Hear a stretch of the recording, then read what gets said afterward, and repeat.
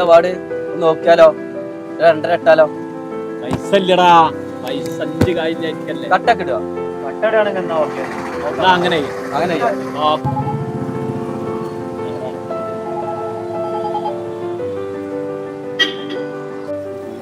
ഇവിടെ ഞങ്ങൾ അങ്ങാടിയിലുണ്ട്, ഇങ്ങോട്ട് വാ. അതിനൊക്കെയുള്ള വഴി ഉണ്ട് നമുക്ക്. അങ്ങോട്ട് വാ. Okay okay okay.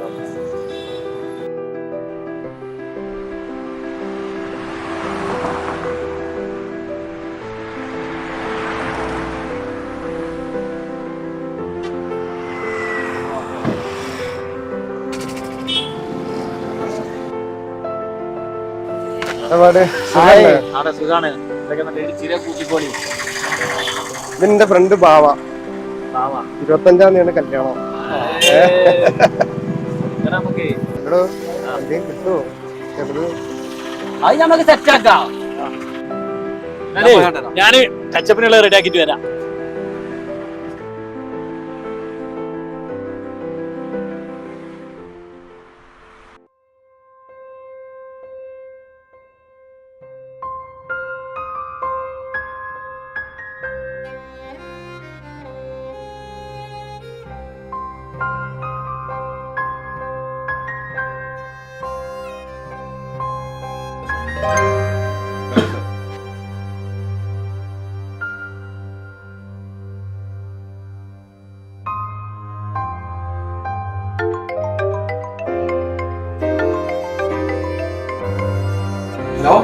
ഹലോ രതീഷേ, നിന്റെ കയ്യിൽ പൈസ വല്ലതും ഉണ്ടോ? ഇല്ലടാ. ഉപ്പാന്റെ ഓപ്പറേഷനാണ് ഇന്ന്. പൈസ ഒന്നും റെഡി ആയിട്ടില്ല. നീ ബോസിനോടൊന്ന് ചോദിച്ചു നോക്കോ? പൈസ ഒന്നും ശരിയായില്ലല്ലേ? ഒന്നും ശരിയായിട്ടില്ല.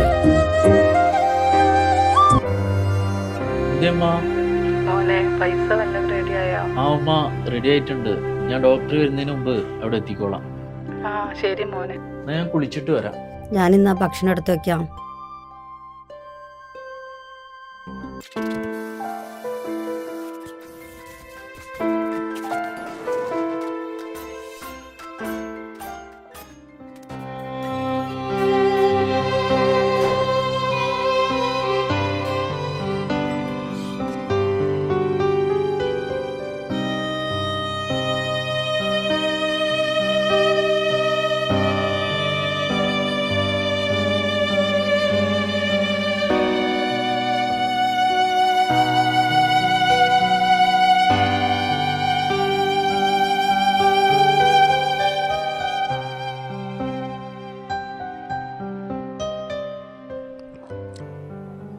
അച്ഛമ്മയുടെ കുട്ടിയല്ലോ.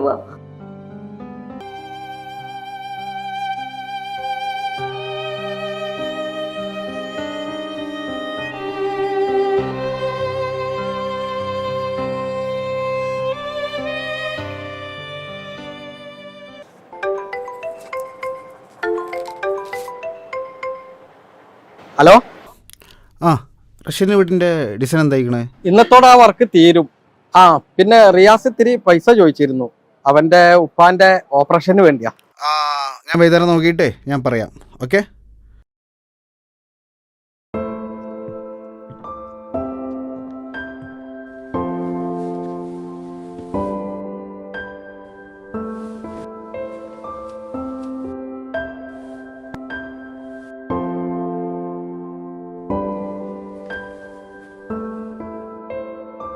മോളെ അഞ്ജു, ഈ ബാഗ് എടുത്തുകൊണ്ടുപോകും. ഇപ്പൊ വരാ അമ്മേ. അമ്മേനെ ഏത് വൃദ്ധസദനത്തേക്ക് കൊണ്ടുപോകണം? കല്ലോട്ടുമാല വൃദ്ധസദനം.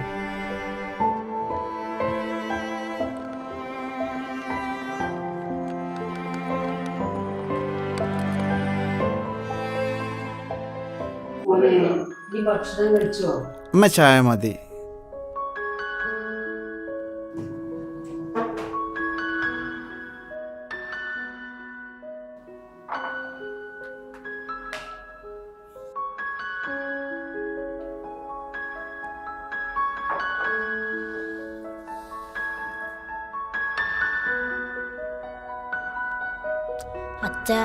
അച്ഛമ്മ എങ്ങോട്ടാ പോകുന്നത്? അമ്മൂമ്മ ബന്ധുവിൻ്റെ വീട്ടിലേക്ക് പോവാട്ടാ. അച്ഛമ്മ ഞങ്ങളെ കൂടെ ഗൾഫിലേക്ക് വരുന്നില്ല. അച്ഛമ്മ പാസ്പോർട്ട് റെഡി ആയാ വരൂലോ.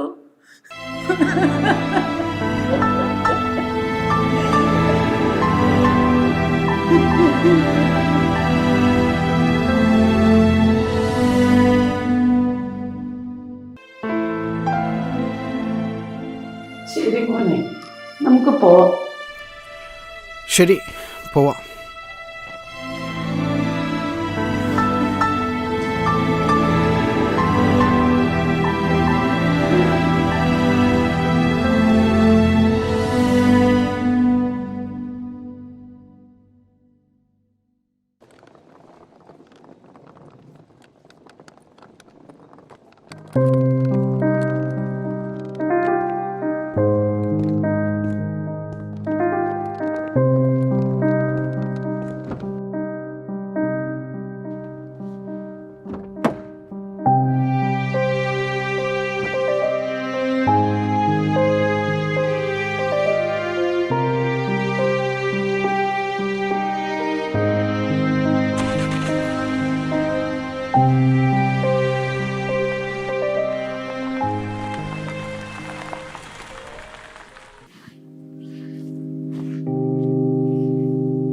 ഫുഡ് എടുക്കല്ലേ? വേണ്ട, ചായ മാത്രം മതി.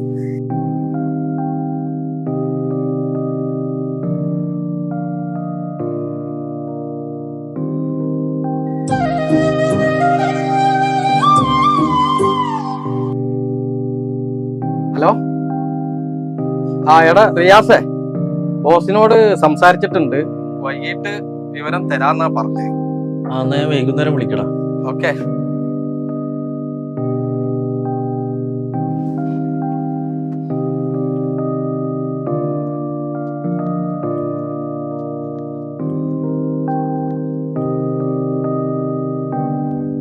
മോളെ, എന്തുമ്മ? ഉമ്മ ഇതെന്തിനാ ഊരുന്നേ? എനിക്കിത് മാത്രമേ ഉള്ളൂ.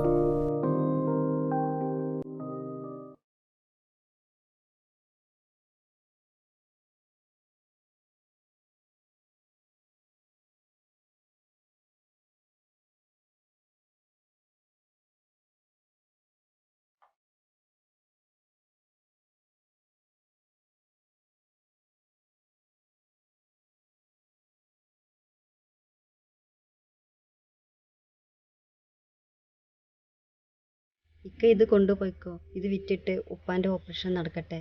നമുക്ക് വലുത് നമ്മുടെ ഉപ്പയും ഉമ്മയും അല്ലേ. ഈ സ്വർണ്ണൊക്കെ നമുക്ക് പിന്നെയും ഉണ്ടാക്കാം.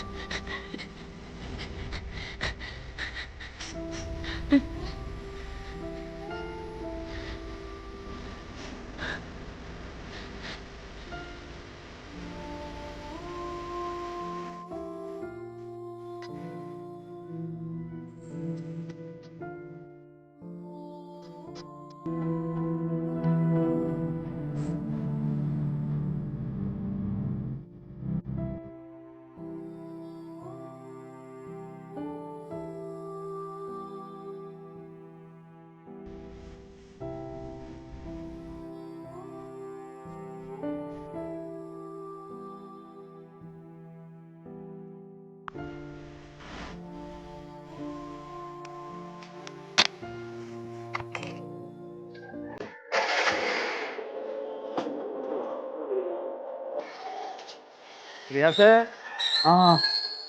എന്താ മാറി? ഉപ്പാന്റെ ഓപ്പറേഷൻ എന്നാണ് ഞാൻ ഉപ്പാന്റെ അടുത്തേക്ക് പോവാണ്.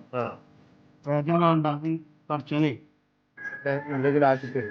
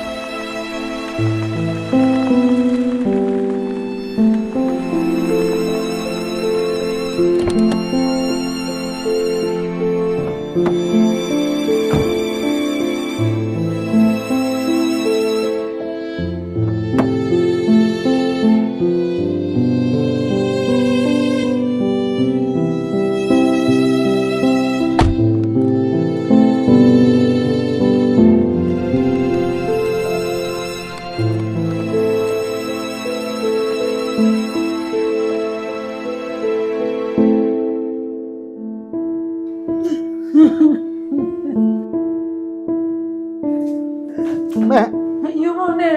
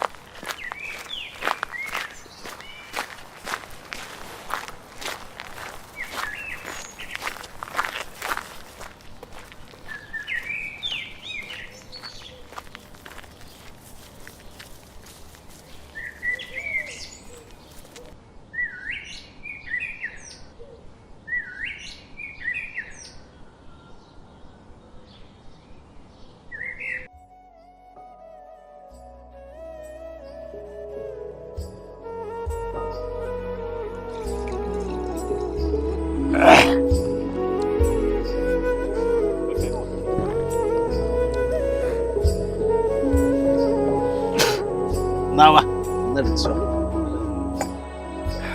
25-ാം തീയതി അവന്റെ കല്യാണമാണ്. കല്യാണത്തിന് അടിച്ചു പൊളിക്കാം.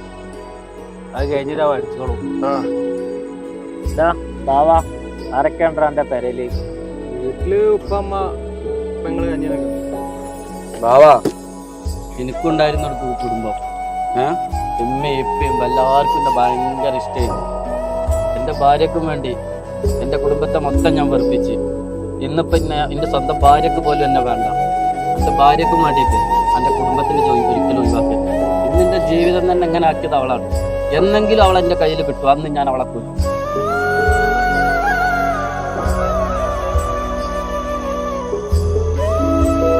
ഈ പോവാ കാര്യം കേൾക്കുമ്പോ തന്നെ തലക്ക് ഭ്രാന്താണ്.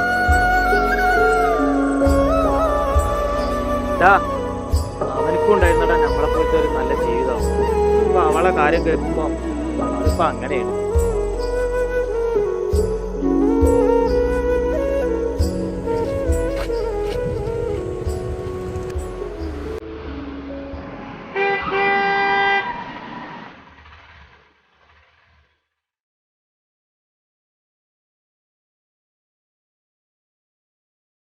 എന്താടാ, എന്ത് പറ്റി ഹംസേ? അരവിന്ദ, എനക്കറിയോ എന്റെ ജീവിതം ഇല്ലാതാക്കിയത് അവളാ. അവളെ ഞാൻ കൊല്ലും. റിയാസേ, അപ്പോൾ എൻ്റെ ഓപ്പറേഷൻ എന്തായി? രതീഷ് വിളിച്ചിരുന്നു. പൈസൻ്റെ കാര്യം നാളെ ശരിയാക്കാം. അരവിന്ദേട്ടാ, ഉപ്പാൻ്റെ ഓപ്പറേഷനൊക്കെ കഴിഞ്ഞു. ഇപ്പോൾ ഉപ്പാക്ക് കുഴപ്പമൊന്നുമില്ല. പൈസ ഒക്കെ റെഡി ആയിട്ടുണ്ട്. ഇനി ആവശ്യമുണ്ടെങ്കിൽ ചോദിക്കാം.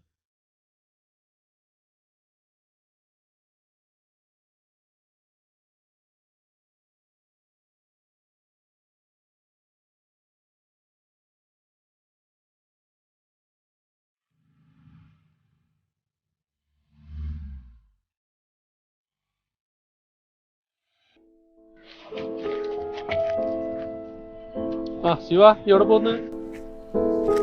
ഞാൻ വീട്ടിൽ പോകുന്നു. നീ അറിഞ്ഞില്ലേ കാർത്തേനും മക്കളും നാളെ ഗൾഫ് പോകണല്ലോ? ഇല്ല, ഞാൻ അറിഞ്ഞിട്ടില്ല.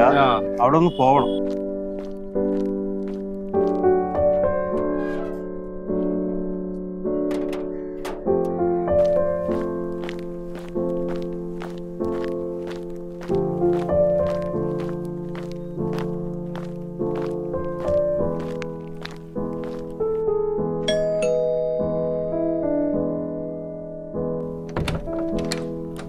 ആ ശിവേട്ടാ, കേറിരിക്കേ.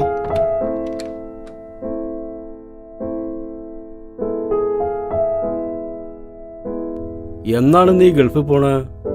10-ാം തീയതിയാണ് ശിവേട്ടാ. ആ, അമ്മയുടെ? അമ്മ അകത്തുണ്ട്. ആ, അമ്മേനൊന്ന് വിളിച്ചേ. എന്താണ്, എന്തു പറ്റി? ശിവേട്ടാ, നമ്മുടെ പാസ്പോർട്ടൊന്നും ശരിയായിട്ടില്ല. ഞങ്ങളും ഗൾഫിൽ പോവാണ്. അമ്മയെ നോക്കാനോട് ആരുമില്ല. അതുകൊണ്ട് അമ്മനെ വെറുതെ സ്ഥലത്ത് കൊണ്ടാക്കി. മോളെ, ഒരു ഗ്ലാസ് വെള്ളം.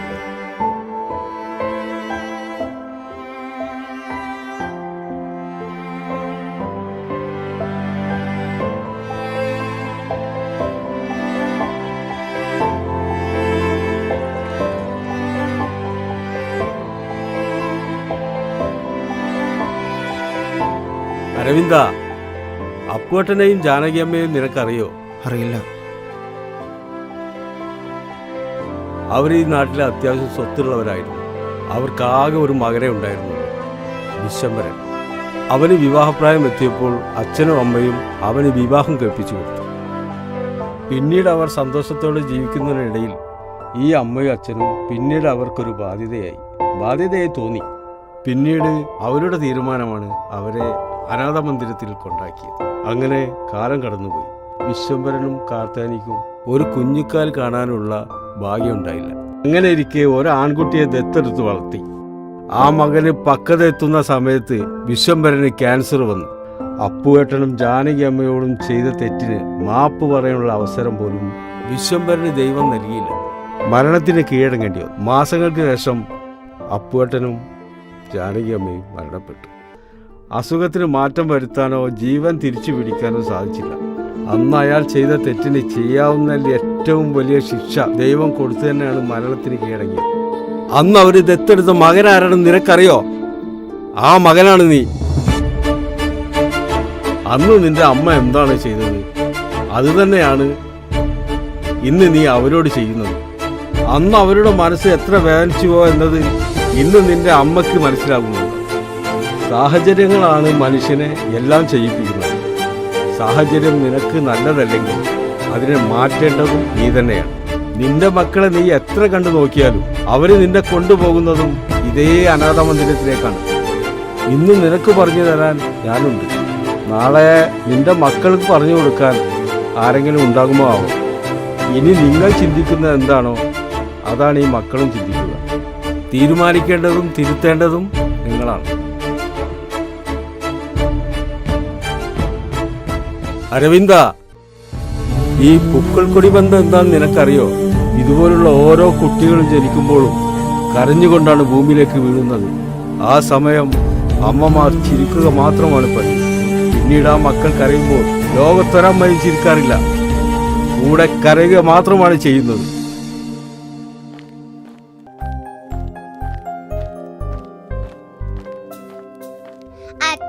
അച്ഛ എന്തിനാ അച്ഛമ്മയെ കൊണ്ടാക്കിയ? അച്ഛമ്മ പാവല്ലേ?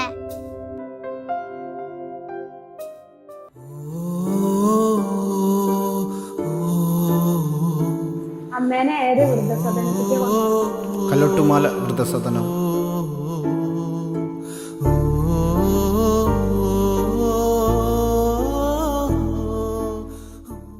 അമ്മതൻ